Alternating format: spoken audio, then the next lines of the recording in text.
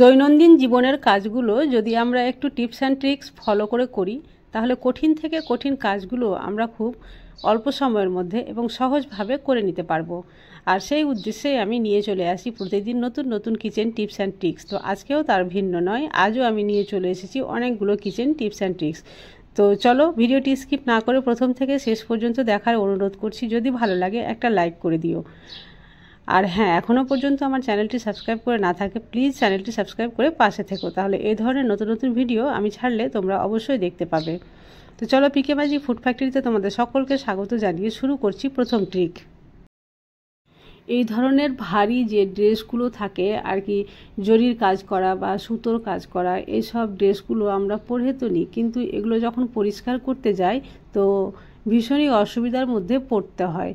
কারণ এগুলোর যে সুতোর কাজ থাকে এগুলো খুবই সেনসিটিভ, আর একটু ঘষাঘষি করলেই একটা কেটে যেতে পারে যে কোনো জায়গায়। এক জায়গায় যদি কেটে যায় তো সম্পূর্ণ জিনিসটাই দেখতে বাজে লাগে বা খুলে যেতে পারে, বাঁধনগুলো দেখতেও খুব খারাপ লাগে।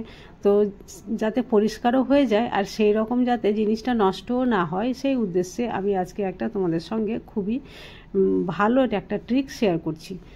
তো আমরা পরিষ্কার করার সময় এই ধরনের ব্রাশগুলো দিয়ে পরিষ্কার করব, তবে এই ব্রাশটা সরাসরি এই জামাটার উপরে ঘষবো না। এই ব্রাশে পরিয়ে দিচ্ছি আমি একটা মোজা যদি না পরাই, সরাসরি ব্রাশটা যদি এর উপরে আমি ঘষাঘষি করি তাহলে জিনিসটা নষ্ট হয়ে যেতে পারে। ব্রাশের যে তার আছে তারের সঙ্গে এই জরির বাঁধনটা ছিঁড়ে যেতে পারে এর কন্টাক্টে এসে। তার জন্য এইভাবে মোজা পরিয়ে এর উপরে ঘষে আমরা এই জিনিসটা পরিষ্কার করে নিতে পারবো, আর জরিরও কোনো ক্ষতি হবে না বা সুতারও কোনো ক্ষতি হবে না, জিনিসটাও পারফেক্টভাবে পরিষ্কার হয়ে যাবে। ট্রিকটি যদি ভালো লেগে থাকে অবশ্যই অ্যাপ্লাই করিও। চলে আসছি পরবর্তী ট্রিকে। এখানে একটা টিফিন বক্স দেখতে পাচ্ছ। টিফিন বক্স বলা ভুল হবে, এটা টিফিন বাটি আর কি। এর মধ্যে আমরা অনেক কিছু জিনিস রাখি বা কোথাও ক্যারিও করে নিয়ে যেতে পারি, কিন্তু কি হয় যে এর উপরকার যে ক্যাপটা সেটা অনেকটাই ঢিলা হয়ে গেছে। যদি কোনো কিছু রেখে ব্যাগে আমরা ভরি, যেটা উল্টে গেলে এর মুখ দিয়ে পড়ে যেতে পারে। আর এই অবস্থায় কি করতে পারা যায় বা কি করা উচিত সেই ট্রিকটাই আমি তোমাদের সঙ্গে শেয়ার করছি। এখানে যে কোনো জিনিস আমরা ভেতরে রাখার পরে এর মুখে দিয়ে দিতে হবে একটা রাবার ব্যান্ড। শুধু একটাই রাবার ব্যান্ড দিয়ে দিলেই যথেষ্ট। তারপরে এর ক্যাপটা লাগিয়ে দিচ্ছি, আর দেখো কতটা শক্তভাবে ক্যাপটা বন্ধ হয়ে গেল। কোনোভাবে উল্টে গেলেও ভিতরের খাবার বাইরে বেরিয়ে আসবে না। চলে আসছি পরবর্তী ট্রিকে। পরবর্তী ট্রিকটি হচ্ছে নেল পলিশ পরার পরে নেল পলিশ আমরা নেল রিমুভার ছাড়া কি করে উঠাবো। এখানে আমি যদিও নেল পলিশ পরতে পছন্দ করি না, তবুও পরে দেখাচ্ছি তোমাদের। এখানে আমি তোমাদের ট্রিকটা শেয়ার করব তাই পরে দেখালাম। আমি নেল পলিশ এখানে পরে নিলাম। এবার ধরো যে নেল পলিশ আমি পরেছি, যে কালারের পরেছি সেই কালারের নেল পলিশের সঙ্গে আমার হয়তো জামা কাপড় ম্যাচ করছে না, তো আমি সেটা উঠিয়ে ফেলে আবার আমি নিজের ম্যাচিং কালারের হয়তো পরার ইচ্ছা করছে বা পরবো। তো যদি নেল রিমুভার না থাকে সেই সময় কিভাবে তাড়াতাড়ি করে এই নেল পলিশটা আমরা পরিষ্কার করতে পারবো সেই ট্রিকটাই শেয়ার করছি। এই যে কোনো ধরনের পারফিউম বাড়িতে থাকলেই যথেষ্ট। এর উপরে আমি স্প্রে করে নিলাম, আর দেখো তুলো দিয়ে একটু ঘষে দিলেই সম্পূর্ণ নখ পরিষ্কার হয়ে গেল। আমি বলছি না যে এই ট্রিকটা তোমরা সব সময় ফলো করো, আমি জাস্ট এটাই বলতে চাইছি যে যদি হাতের কাছে নেল রিমুভার না থাকে তাহলে তোমরা বিপদকালীন হিসাবে এটা ইউজ করতে পারো। চলে আসছি পরবর্তী ট্রিকে। এখানে একটা কৌটোতে বা একটা বড় পাত্রে রেখে দিয়েছি আমি চিঁড়া। তো এইভাবে যখন আমরা চিঁড়াটা রেখে থাকি 10-15 দিন পরে চিঁড়ার মধ্যে কিন্তু একটা বাজে গন্ধ আসে, আর চিঁড়াতে অনেক সময় পোকাও লেগে যায়।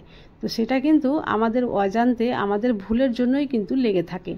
আমরা কি ভুলটা করি, আমরা বাজার থেকে চিঁড়া কিনে নিয়ে এসে এইভাবে কৌটার মধ্যে রেখে মুখ বন্ধ করে রেখে দিই, কিন্তু চিঁড়ার মধ্যে যে ছোট ছোট অনেকগুলো নোংরা জিনিস থাকে সেগুলো আমরা চেলে বার করি না।